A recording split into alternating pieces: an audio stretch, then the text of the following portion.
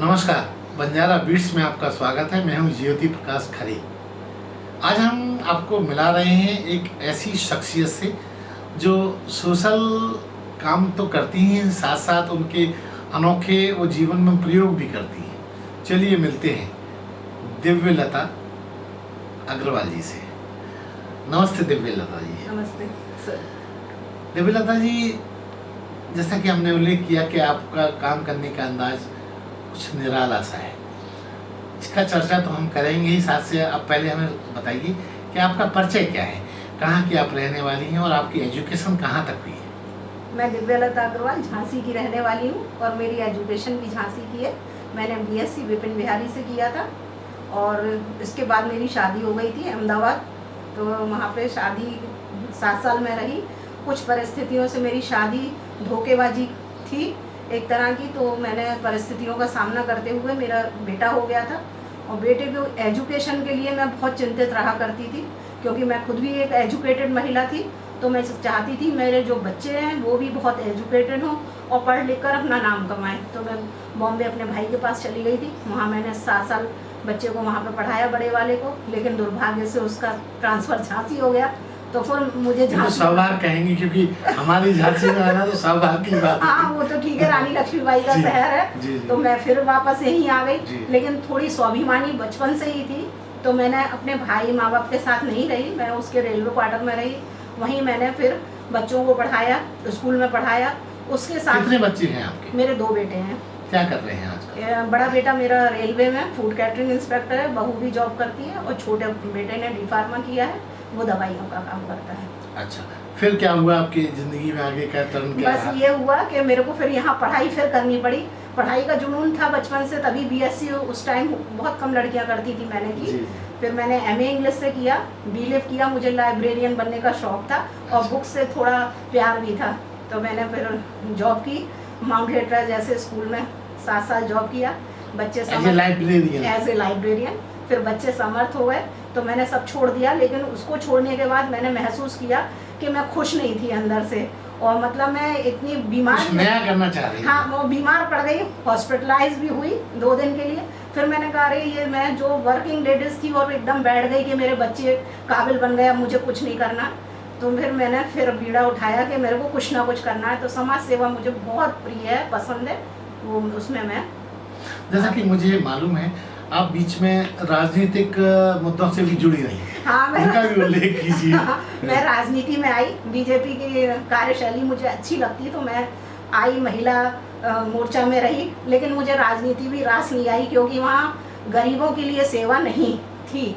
और मैं चाहती थी जो मजदूर हैं, गरीब हैं, परेशान हैं, उनके लिए मैं कुछ करूँ। तो मैंने राजनीति से भी अपना पल्ला झाड़ के और समाज सेवा में लग गई। तो इन दिनों आपकी समाज सेवा का जो तरीका है वो किस तरह से है? वो ये है, मैं किसी गरीब को देखती हूँ और मैं कोई बाहर नहीं जा सकती कि गाड़ी चला के यहाँ वहाँ फिरूँ। अपने आसपास ही किसी गरीब को देखती हूँ, मुझसे नहीं देखा जाता है। तो एक मेरे को महिला ऐसी मिली जो मतलब बहुत मारपीट खा करके पिट के अपने पति से आई थी और ईंटें सिर पे उठा रही थी और काँप रहे थे उसके पैर। तो मुझसे नहीं देखा गया, मैं उसको अपने घर पे लाई। मैंने अपने घर में, मेरे काम भी नहीं था, फिर भी मैंने उसे रखा। इसके बाद उसे 4-5 घर काम कराया। और फिर मेरा बेटा जैसा दवाइयों का काम करता था, तो सिरप पिला के, ताकत के इंजेक्शन लगवा के उसको मतलब इतना स्वस्थ कर दिया कि आज वो मेरे लिए पूर्ण रूप से समर्पित रहती है।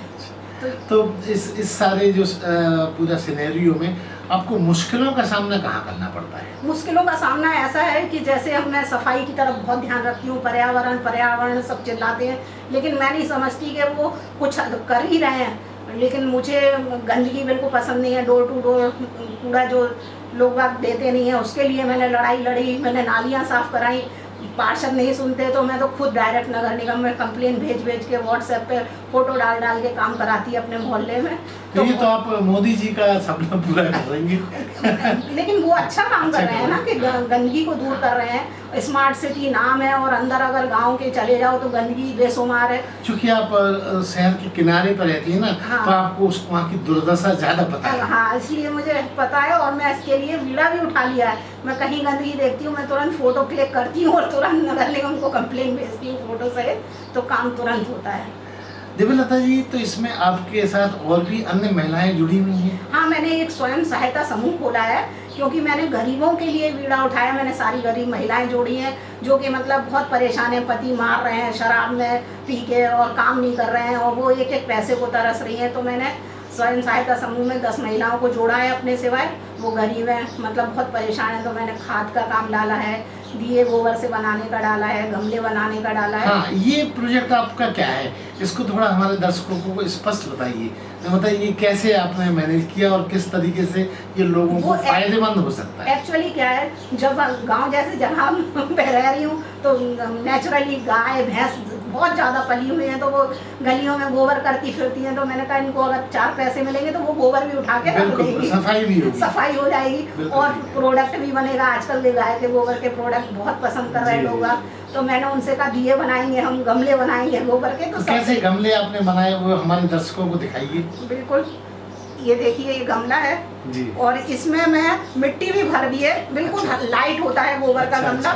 इसमें मिट्टी भर दी है और इसमें बीज डाला है मैंने करेले का। हाँ। तो वो भी देखो अंकुरित हो गया है। अच्छा। तो मैं इसमें डाल देती हूँ और जब बड़ा हो जाएगा तो इसको मिट्टी में गाड़ देती हूँ। तो मतलब इतनी जल्दी फ्रूटिंग होती है इसमें, कुछ पूछो नहीं। अच्छा।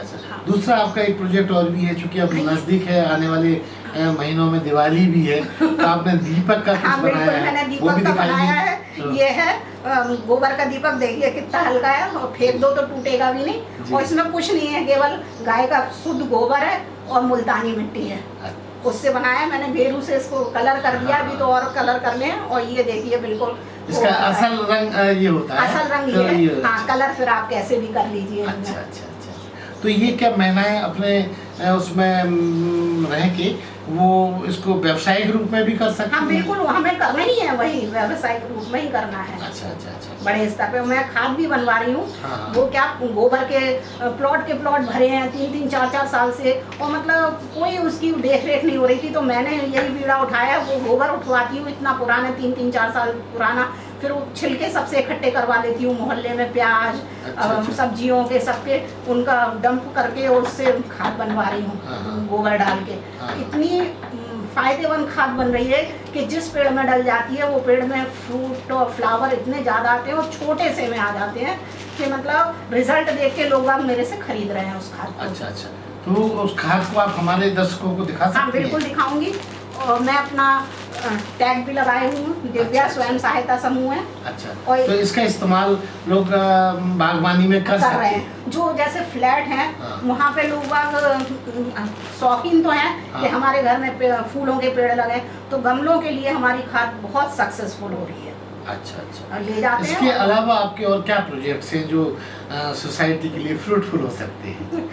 मैं यही कहना चाहूँगी, अगर कोई महिला डिफीट खाती है तो आजकल जो मतलब समाज में हो गया है, एक छोड़ो दूसरा करो और लड़ाई झगड़े ये ना करके, अगर आप एक माँ है, आत्मनिर्भर बनने की कोशिश करें। आत्मनिर्भर बने, और एक अगर माँ आप बन जाती हैं तो अपने बच्चों के फ्यूचर का ध्यान करें, क्योंकि वो हमारे देश के नागरिक हैं। अगर हमें अच्छी शिक्षा देंगे तो ये जो उल्टे सीधे काम होते वो नहीं होंगे, कभी नहीं। अच्छा देवलता जी, इसके अलावा चूंकि ये तो जज्बा आपका बड़ा आदरणीय है ही, आपके और अन्य शौक क्या हैं जो लोगों को आपको और उनसे भिन्न करते हैं?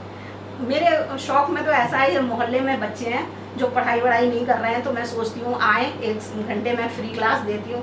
और जो जैसे स्वतंत्रता दिवस है, 26 जनवरी, ये सब प्रोग्राम है, ये अभी जन्माष्टमी आ रही, तो मैं बच्चों को इकट्ठा कर लेती हूँ। मेरे पास माला पटके वगैरह बहुत चीज़ें गिफ्ट में मिलते रहते हैं। मैं उनसे उनको तैयार कर करके अपनी संस्कृति के बारे में उन लोगों को जागृत करती रहती हूँ बच्चों। तो इस वजह से आपने बताया कि आप बच्चों को शिक्षित भी करना चाहती हैं, तो क्या उनसे कुछ मूल्य आप लेना चाहती हैं? नहीं, गरीब बच्चों से मैं कभी नहीं, और गरीब महिलाओं से मैं कभी लेना पसंद नहीं करती हूँ, क्योंकि हमें हर कर्म का जवाब ईश्वर को देना है।